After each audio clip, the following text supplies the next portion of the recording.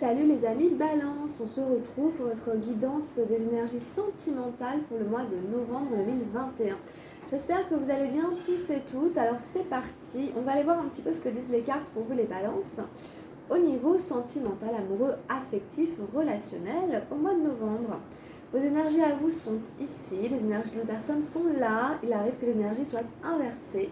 Donc vous vous replacez là où vous vous reconnaissez et vous replacez l'autre personne là où vous la reconnaissez en fonction des énergies que je décris. On ira voir le message de Gaïa et on prendra les messages des anges de l'amour. Alors pour vous les balances, on y va. Où en est la relation? Alors j'ai tiré la dame de feu, le partage, donc très jolie carte, très jolie dame du partage, apparemment quand même une relation qui est sous le signe du partage, de l'échange. Alors on continue. Première énergie pour vous, alors toujours dans le feu, j'ai la 7, le stress. En face j'ai la numéro 20, au-delà de l'illusion. Alors avec la numéro 20, j'en ai une autre qui est tombée. J'ai tiré avec l'abondance, le roi d'arc-en-ciel. Et en dernière énergie, donc je la mets juste à côté, je la mets ici. Et j'ai tiré la 2 des nuages, la schizophrénie. Bon, un tirage très très dense, très varié, les amis, balance.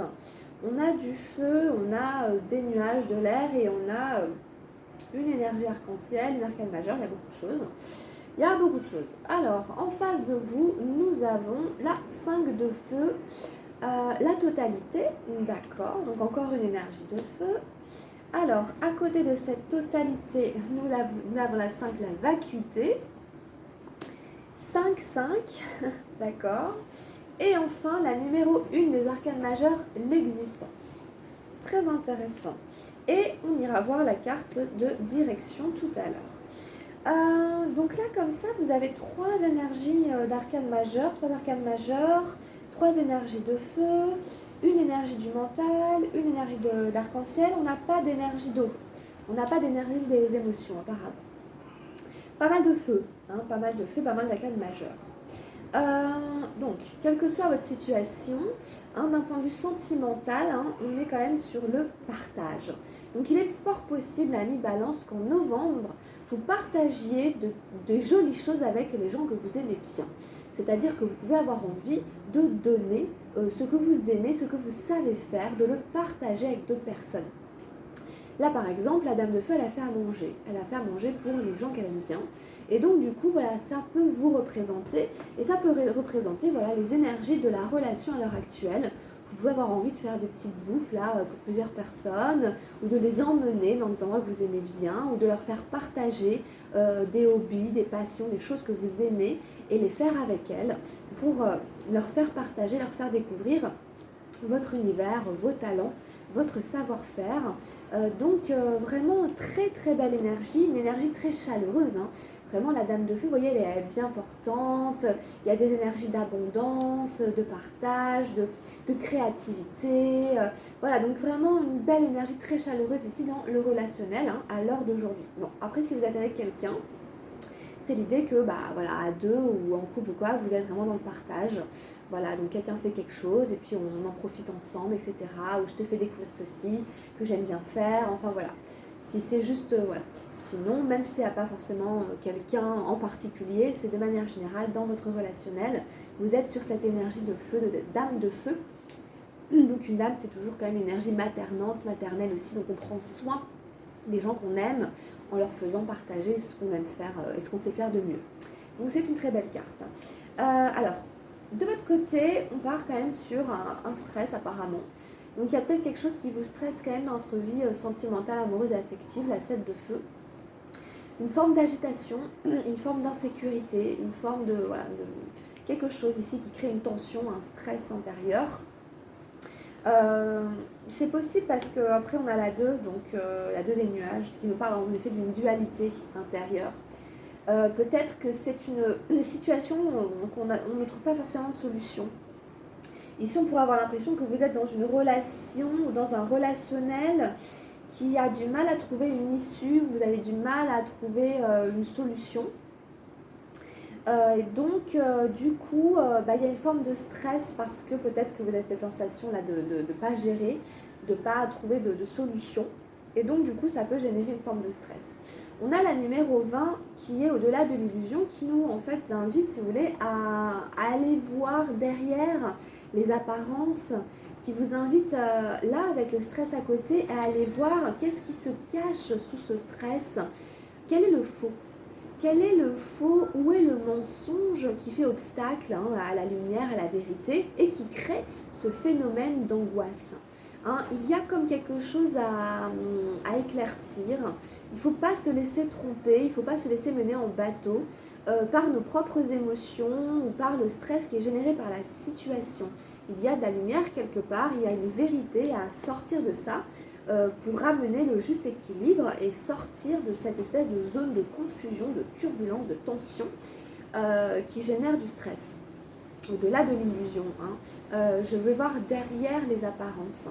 On a cet arcane majeur, la numéro 20, on a un papillon qui représente aussi un visage, qui nous parle d'une transformation intérieure, d'une espèce d'alchimie intérieure pour aller chercher la vérité à l'intérieur de nous. Et puis, cette couleur en fait jaune doré qui nous parle de notre propre pouvoir aussi, c'est-à-dire de reprendre le pouvoir sur la situation, de ne pas se laisser bouffer par la situation. Et on a cette espèce de clairvoyance avec cette espèce de troisième œil qui est tout à fait ouvert. Donc vraiment le sixième sens aussi qui agit d'ailleurs principalement. C'est voir avec la lumière de l'âme, avec le sixième sens, parce que les yeux sont fermés. Le personnage semble au repos et il fait corps avec le papillon qui lui l'emmène vers la transformation, d'alchimiser le faux en vrai, de transformer le truc intérieurement pour aller voir vraiment mais c'est quoi en fait, où est la lumière, où est la vérité dans ce truc-là, pour sortir de cet état de stress. Ça peut vous ouvrir les portes de l'abondance. On a eu l'abondance quand même au-dessus. Donc ça peut quand même vous amener vers une forme de récolte, de récolter, d'avoir droit vous aussi à goûter, à profiter de la vie. Voilà. Donc ça c'est important aussi parce que un roi d'arc-en-ciel c'est une très bonne carte et il le mérite. Le roi d'arc-en-ciel c'est pas un voleur. Il a travaillé, il a étudié, il a passé du temps pour pouvoir récolter l'abondance. Donc c'est comme si, comme il est au-dessus là, comme si on vous dit ouvre les yeux et tu récolteras. Il y a la 2 des nuages au bout, la schizophrénie, donc qui dit qu'en fait vous êtes perturbé en ce moment, c'est la zone de turbulence là. Comme si quand on était dans un avion qui dit fais attention, c'est une turbulence en ce moment.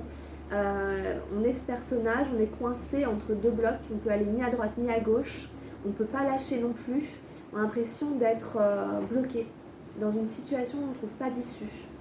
Donc peut-être qu'en effet en novembre c'est un peu ça. Donc il va falloir aller au-delà des illusions pour trouver une porte de sortie. On verra un peu après avec Gaïa, etc. Qu'est-ce qu'elle peut nous dire pour nous aider. Donc en fait si vous voulez la 2 des nuages, c'est vraiment cette zone de turbulence, c'est ce côté le mental est confus. Dans ma tête j'y vois pas clair, d'où au-delà de l'illusion qui vous amène au-delà justement de ce mental et puis de ces émotions. Pourtant on n'a pas de carte d'eau, mais en tout cas d'une agitation, d'une énergie de feu qui est trop agitée. Donc bon, on va voir un peu comment vous trouverez des solutions. Alors, en face de vous, nous avons la 5 de feu, toujours du feu, la totalité. On invite ce personnage à être dans la vigilance, dans la concentration, à ne pas se laisser disperser, distraire par ce qui se passe. Ici, il faut un numéro de cirque. Il n'est pas question qu'il y en ait un qui aille se demander quelle heure il est, ou quel temps il va faire demain, ou qui commence à être distrait, sinon tout le numéro va foirer. Donc il faut rester en totalité avec soi, être là, être vraiment là, être dans toutes les parties de soi, être à l'écoute de tout ce qu'on est, pour être vraiment dans une intégrité, une totalité, et pas laisser des choses nous échapper, ou par un phénomène d'inattention, passer à côté ou se louper par inattention, inadvertance, distraction, manque de concentration, etc. Rester ici concentré sur son objectif. Pas se laisser distraire par une forme de vacuité, parce qu'on traverse peut-être en effet encore ici, on pourrait voir une zone de turbulence où là, Par contre, c'est complètement le chaos. Par contre, ici, c'est la nuit et on voit rien. Donc en fait, on n'a rien à quoi s'accrocher, on n'a plus de repères.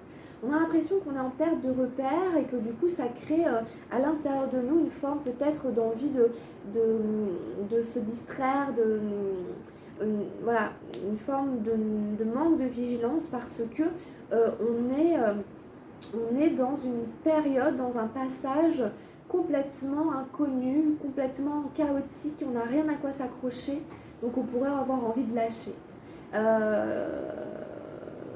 Alors, la vacuité, ça nous dit qu'en fait la vie c'est l'impermanence tout le temps, les choses changent, les choses bougent, les choses sont en mouvement. Et que en effet c'est particulièrement déstabilisant pour notre ego, qui lui a besoin de certitude, a besoin que les choses, vous voyez, de repères fixes, etc. Et que donc même pour notre personnalité, pour notre structure, c'est déstabilisant. Et en fait, quelque part, c'est encore un peu dans cette espèce de forme de dualité, si on pourrait dire, où en fait, si vous voulez, essayer de trouver la zénitude dans le chaos. Essayer de trouver quand même une forme de force dans le chaos. Ça n'est que passager, ça n'est que transitoire. C'est pas pour ça qu'il faut se laisser distraire et aller faire n'importe quoi. Des fois, c'est nécessaire, ça permet de faire du tri. Hein, le chaos, c'est pas forcément mauvais. Des fois, un bon coup de vent, là, pour que toutes les feuilles s'envolent, ça permet de faire de la place pour poser une table et puis voilà, faire quelque chose de différent. Des fois, on a besoin aussi de ça. Les étoiles vont pouvoir arriver, la lumière va pouvoir arriver, comme on dit, seul dans l'obscurité, on peut voir les étoiles. C'est seulement la nuit qu'on peut les voir, le jour on ne les voit pas. Donc peut-être que cette phase, elle est nécessaire, elle n'est pas forcément agréable, mais elle sera sûrement profitable. En plus, c'est super beau parce qu'on a l'existence derrière, donc vous voyez, les étoiles, elles sont là. Voilà, donc en fait, cette personne, elle est à l'aube d'un nouveau chemin initiatique au niveau relationnel, sentimental et affectif.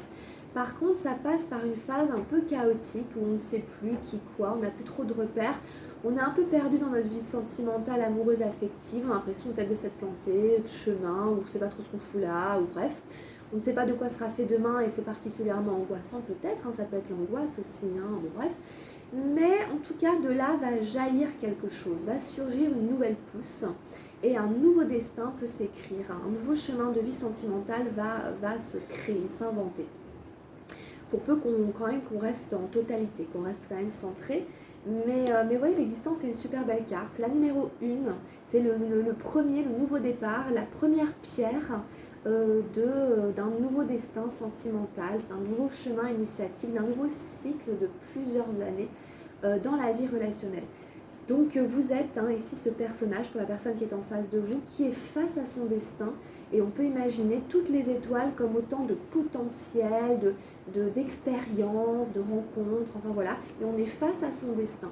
Donc ici voilà, c'est quand même super bien parce que voilà, sachez ici qu'ici on est face à son destin et on s'en va vers une nouvelle initiation, un nouvel inconnu avec plein de possibilités. Donc voilà un peu ce qu'on peut dire, donc c'est vachement intéressant. Alors, qu'est-ce que j'ai tiré en carte de conclusion, on va dire? Ah oui, j'ai la 7 des nuages, la politique. C'est plutôt la direction que prend la relation, c'est bon, vous connaissez la politique, là dans cette carte, ça représente le mensonge, ça représente l'hypocrisie, ça représente le fait de mettre un masque, ça représente le fait d'être dans des relations qui sont fausses, qui sont pas vraies, où on n'est pas authentique, on raconte des histoires, on se met un joli masque en société qui n'est pas nous-mêmes, qui n'est pas nous. Je pense que ça fait peut-être écho aux 2 des nuages qu'on avait déjà. Si jamais il y a de la confusion et tout, attention à l'hypocrisie carrément, quoi. Le fait de ne pas être honnête avec les gens qui sont autour de nous. Il y a des choses comme ça. Bon, ok, écoutez, vous aviez déjà un 7, la 7 de feu. Donc ça va peut-être prendre un peu de temps avant de sortir de cette étape que vous traversez. Donc pour moi ça dit ça, simplement. Donc voilà, je ne vais pas en rajouter 150 000.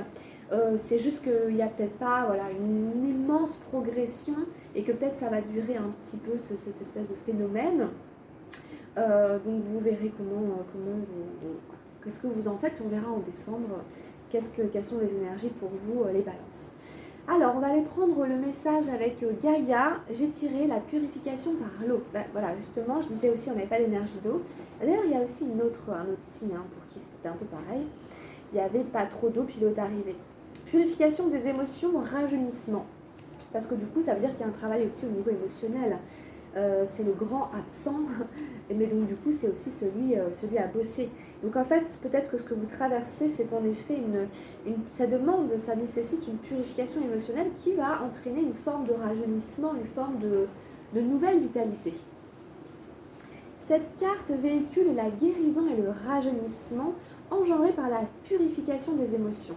Dans les jours qui viennent, vous vous sentirez émotionnellement agité. Des sentiments enfouis et que vous pensiez dissipés vont refaire surface. C'est peut-être le stress, cette agitation dont on parle depuis tout à l'heure, venu de nulle part. Ne vous inquiétez pas car une guérison est en train de s'opérer en profondeur. Quand ce processus sera terminé, vous ne vous en sentirez que mieux. La femme représentée sur cette carte émerge des eaux profondes des émotions dans la lumière d'un jour nouveau.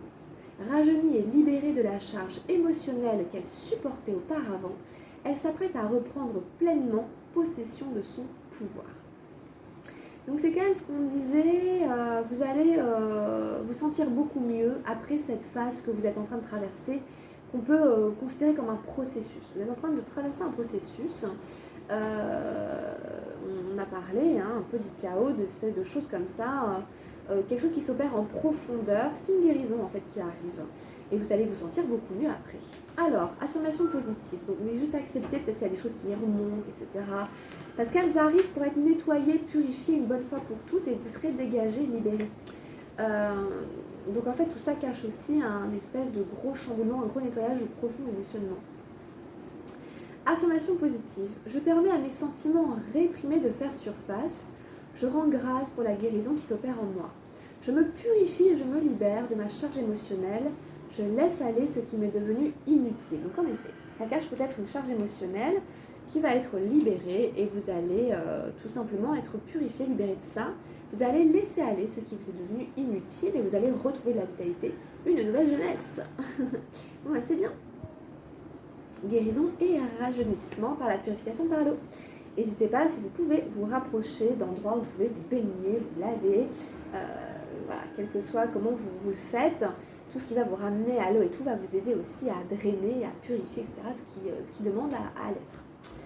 Alors, on demande quelques petits messages pour finir cette guidance aux anges de l'amour pour les balances en novembre. Donc je vous rappelle que c'est une guidance générale, ça reste très général et que si vous avez besoin d'une guidance personnalisée, vous pouvez prendre contact avec moi pour un rendez-vous, une consultation privée. Laissez une chance à votre relation ici, les balances. Travaillez sur votre couple. Peut-être qu'il y a des gens ici quand même qui devraient essayer de faire un effort. Peut-être que la relation en vaut la peine, qu'il faut travailler sur le couple ici. Ça veut dire parler, poser les choses, faut accepter que ça prenne du temps. Et s'il y en a, on vous invite quand même à laisser une chance à cette personne ou à cette relation. Mais que ça demande du travail. Il faut travailler sur la relation. Ok, quoi d'autre? What else pour les balances? Apprenez à vous connaître mutuellement en vous révélant l'un à l'autre vos plus grands secrets, vous renforcez vos liens. Ça veut dire en fait de vous livrer à la personne, livrer vos petits secrets, votre première rencontre, ceci, cela, votre première fois patati patata, enfin des choses que vous dites pas à tout le monde, qui sont personnelles, intimes, qui ne regardent que vous, avec vous-même, etc. Mais en fait, ça va créer un lien de complicité, un lien d'intimité, ça va renforcer votre lien. Donc ici, apprenez à vous connaître mutuellement, racontez-vous vos vies, etc. Trouvez des moments, ça va renforcer le lien, renforcer la complicité, l'intimité. Avec des petits moments de partage, ou voilà, vous racontez des choses, ça peut faire une belle relation. Laissez partir votre ex pour ceux qui sont concernés. Le temps est venu de purifier votre énergie. Ça fait penser à la purification par l'eau. Ça peut être aussi lié à tout ce que j'ai décrit. Ça peut être par rapport à une relation, une ancienne relation. Enfin bref. Ça, c'est vous qui savez. En tout cas, on va vous inviter à laisser partir cette personne en fonction à qui ça parle. Il faut purifier vos énergies en fait. C'est-à-dire que du coup, voilà, c'est même au niveau énergétique et tout, il y a un travail à faire quand même au niveau énergétique pour que ces énergies ne soient plus dans votre aura, ne conditionnent pas votre vie sentimentale et que vous puissiez revivre à vous-même, voilà, retrouver une nouvelle jeunesse dans la vie amoureuse. Donc, c'est jamais facile, mais il y a plein de petits rituels, il y a plein de petites choses à faire pour couper, etc. et que ces énergies passent, quoi. Donc là, vous situez, hein, en fonction de la situation, vous savez s'il faut laisser partir une ex, s'il faut laisser une chance à une relation, c'est vous qui savez, hein. Et puis ça peut prendre du temps, comme j'ai dit, ça peut prendre un peu de temps, enfin bref. Donc vous adaptez en fonction de la situation. Voilà, amis Balance, on a terminé. En tout cas, merci de m'avoir suivi. Restez avec moi pour la suite de l'aventure. Allez voir votre guidance générale. Complétez avec les guidances destinées à son et lunaire. Et puis si vous avez besoin, vous prenez un rendez-vous pour une guidance spécialisée. Voilà les amis, prenez bien soin de vous, portez-vous bien pour novembre les balances. Je vous embrasse très très fort et je vous dis à très très vite. Grosse bise. Ciao ciao, bye bye.